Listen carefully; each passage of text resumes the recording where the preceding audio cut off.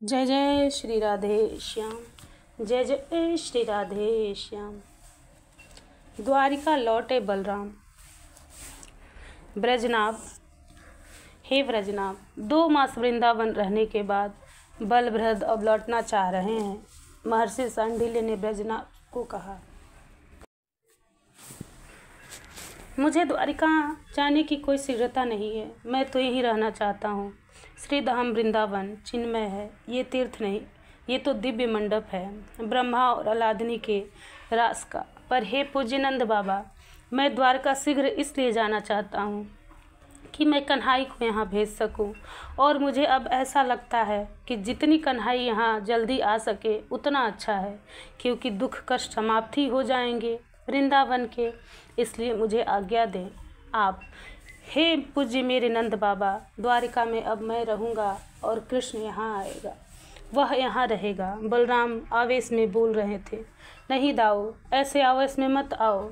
बड़े शांत भाव से नंद बाबा ने समझाया था बलभद्र को। दाऊ, जरासंध की शत्रुता कन्हाई से जग विदित है, मैं जानता हूँ। और ये भी जानता हूँ कि कन्हाई का यहाँ आकर रहना अभी उचित भी नहीं है। जरासंध से हम कैसे कन्हाई की रक्षा करेंगे? हमारे पास मात्र लाठियाँ हैं और कोई अस्त्र शस्त्र नहीं। और दाऊ, हमें अपनी चिंता कहाँ है? हम तो अपने कन्हाई के लिए प्राण भी लगा देंगे, पर हमारे कन्हाई को कुछ हो गया तो यहाँ आकर जरासंध ने आक्रमण कर दिया। फिर नंद बाबा ने बड़े स्नेह से बलराम के सिर पर हाथ रखा।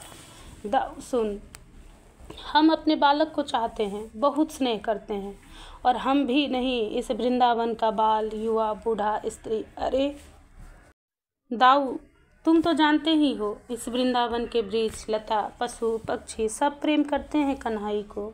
इसलिए सब चाहते हैं कि वो यहाँ आ जाए। पर दाऊ, यहाँ असुरक्षित रहेगा हमारा बालक। इसलिए हम कुछ सोच समझकर कोई बात कहना। हमारा स्नेह तो उसी के लिए है, वह स्वस्थ रहे, वह सुखी रहे, वो प्रसन्न रहे, हमें बस यही चाहिए। नंद बाबा शांत रहते हैं। मैंने उनके हाथ में माला ही देखी है, रात्रि में भी माला उनके हाथ से छूटती नहीं है। नारायण भगवान की उपासना करते हैं, सुबह 4 बजे तक यमुना स्नान करके आ जाते हैं, फिर ध्यान, जाप, पूजन करते रहते हैं। वैसे नंद बाबा ये अभी करने लगे ऐसा नहीं है, शुरू से ही ऐसी दिनचर्या थी बाबा की। पर पहले जब कृष्ण था यहाँ तब हंसते थे बाबा, मुस्कुराते थे, हाथ से विनोद तो बाबा नंद को बड़ा प्रिय था। पर अब ये सब कुछ नहीं रहा। पूजा पाठ में पहले से ज़्यादा लीन हो गए हैं। किसी को संबोधन भी अब नाम लेकर नहीं करते। नारायण इधर आओ, नारायण तुमको ही बुला रहा हूँ, कहते हैं स्वयं बाबा। मुझे अब किसी का नाम नहीं याद आता, इसलिए नारायण सबको संबोधन करता हूँ। नंद बाबा उदासीन हो रहे हैं। धीरे धीरे दाऊ विचार करते हैं। हे ब्रजनाभ, बलभद्र अब वृंदावन से द्वारिका जाने की तैयारी करने लगे थे। विश्व का केंद्र हो गई है द्वारिका। बड़े बड़े ऋषि, महर्षि, तपस्वी अब द्वारिका की यात्रा करने लगे थे। श्री कृष्णचंद्र द्वारिका में विराजे हैं, ऐसा सुनते ही सब चल पड़ते थे द्वारिका की ओर। पर द्वारिका पहुँचते ही वृंदावन की महिमा वहाँ सुनने को मिलती। परम प्रेमी हो चुके उद्धव से बिना मिले श्री कृष्णचंद्र से मिलना तो मुश्किल ही है। वैसे महामंत्री भी हैं उद्धव द्वारिका के। हे ऋषियों, श्री कृष्णचंद्र जी के दर्शन तो आपने कर ही लिए होंगे। उद्धव जी पूछते हैं द्वारिका में पधारे ऋषि मुनियों से। जी धन्य हो गए हम लोग, तपस्या पूरी हो गई, पर हम तो कुछ माँ से ही बिताने का विचार कर रहे हैं। ऋषि मुनि कहते। तब उद्धव जी बड़ी विनम्रता से कहते, हे पूज्य ऋषियों, यहाँ क्या है? इस द्वारिका में क्या है? बस श्री कृष्णचंद्र जी के दर्शन हैं, पर आपको वास ही करना है तो आप श्रीधाम वृंदावन जाओ, उद्धव जी समझाते हैं। वृंदावन का नाम लेते ही उद्धव का मुखमंडल खिल गया, पर कुछ ही देर में नेत्र सजल हो उठे। श्री राधा, श्री राधा, श्री राधा। कुछ नहीं करना है ऋषि मुनियों, बस उस प्रेम की भूमि में वास करना है, रहना है। बाकी सब अपने आप श्रीधाम ही करेगा, वो भूमि है ही ऐसी। तो हे उद्धव, तुम ये कहना चाहते हो कि हम लोग वहाँ जाकर तप साधना करें? ऋषियों ने पूछा। नहीं नहीं, वहाँ तप करने की ज़रूरत ही नहीं है। वहाँ के रज में वास करना ही तप है। वहाँ की गोपियों के दर्शन, वहाँ के गोप ब्रजवासियों के पावन दर्शन, श्री राधा रानी का वो दिव्य दर्शन। जाओ जाओ ऋषियों। कुछ एक वर्ष से द्वारिका वृंदावन आने वालों की संख्या एकाएक बढ़ गई थी। आने वाले यात्रियों में ऋषि मुनि तपस्वी ही ज़्यादा होते थे। बलराम द्वारिका लौटने से पहले एक बार श्री राधा रानी के दर्शन करना चाहते हैं और उनका संदेश लेना भी आवश्यक है। बलराम बरसाना चले थे, कुंज में ही मिलेगी राधा। कीर्ति रानी और वृषभान जी ने सत्कार किया बलराम का और बता भी दिया कि राधा अपने कुंज में ही है इस समय। बलराम प्रणाम करके कुंज की ओर चल दिए थे। तुम द्वारिका जा रहे हो दाऊ? कीर्ति रानी ने पूछा था। हाँ, आज ही जा रहा हूँ, इसलिए आप सबके दर्शन करने आ गया। श्याम सुंदर आएगा? कीर्ति रानी ये पूछते हुए रो गई। रुके दाऊ। कीर्ति मैया को देखा, सजल नैनों से देखा, फिर बिना कुछ उत्तर दिए चल पड़े। हाँ, क्या उत्तर देते?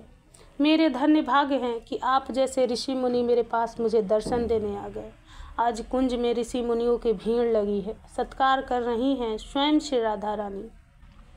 सखियाँ इधर उधर कार्य में जुटी हैं। फल फूल मेवा सुंदर सुंदर दोने में सजाकर सामने रख दिया है श्री राधा रानी ने। हे राधिके, हमने जब श्री कृष्ण चंद्र जी के दर्शन किए बड़ा सुख मिला। ऋषियों ने श्री राधा रानी से बड़े प्रेम से कहा था। कौन श्री कृष्ण चंद्र जी? ओह, ये इतना बड़ा नाम था कि श्री राधा भूल गई। श्याम सुंदर का नाम ले रहे हैं ये ऋषि मुनि। ललिता सखी ने श्री राधा जी के कान में कहा था। आप लोग नंदगांव से आ रहे हैं? श्री जी को फिर विस्मरण हो गया। नहीं, हम द्वारिका से आ रहे हैं। द्वारिका में श्री कृष्ण? मेरे श्याम सुंदर द्वारिका चले गए? श्री राधा रानी बोल उठी। बलराम देख रहे हैं, उनके नेत्र बहने लगे। वो कुंज रंध्र से देख रहे हैं। श्री राधा रानी मूर्छित हो जाती, पर उन्होंने स्वयं को संभाला। सहायता की ललिता सखी ने। हे राधिके, हे कृष्ण प्रिया, हे वृषभान नंदिनी, हे कीर्ति सुते, आपके चरणों में हमारा बारंबार प्रणाम है। ऋषि मुनियों ने स्तुति करनी शुरू कर दी श्री राधा रानी की। दिव्य स्वरूप हो गया था श्री जी का, तपते हुए स्वर्ण की तरह जिनका रंग है, दिव्य आभा से जिनका मुख दमक रहा है। ब्रह्मा, रुद्र, विष्णु आकाश से इनके ऊपर पुष्प बरसा रहे हैं। ये दृश्य देखते ही ऋषि मुनि जय जयकार करने लगे थे। हे राधिके, श्री कृष्ण दर्शन करके हमें आनंद तो आया था, पर ऐसा लग रहा था कि कुछ अधूरा रह गया है। हे ब्रह्मा आह्लादिनी, आपके बिना कृष्ण दर्शन भी पूर्ण नहीं होता। आपके बिना पूर्ण ब्रह्मा भी अधूरा है। आपका साथ मिलने पर ही पूर्ण होता है। हे राधिके, द्वारिका में हमने श्री कृष्ण चंद्र के दर्शन किए थे, पर आज आपके दर्शन करके ही पूर्णता का अनुभव हो रहा है। इतना कहकर वो सब ऋषि मुनि वहाँ से जाने लगे। तब हे ऋषियों, ये राधा आज आप लोगों से कुछ मांगना चाहती है। अचरा पसार कर ऋषियों से श्री जी ने मांगा। हमसे आप मांग रही हैं?